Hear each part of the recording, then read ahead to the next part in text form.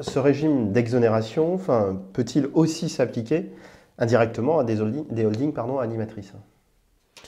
Oui, l'exonération peut aussi s'appliquer de manière indirecte et d'ailleurs, on va constater que c'était le cas dans les affaires qui nous intéressent, dans les 3 arrêts auxquels vous faites référence, qui ont été rendus dans une même affaire, et où la holding était en réalité une filiale.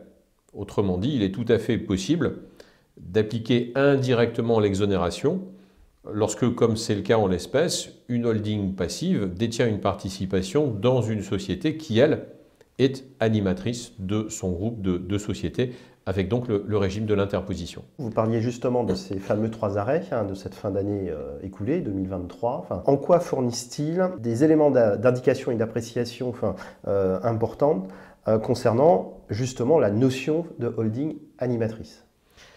Ils fournissent des indications extrêmement intéressantes et, en ce sens, contribuent de manière assez significative à l'élaboration même de cette notion de holding animatrice. On voit davantage ce qu'il en est après ces jurisprudences, notamment en ce qui concerne les prestations de services qui peuvent être délivrées par la société holding.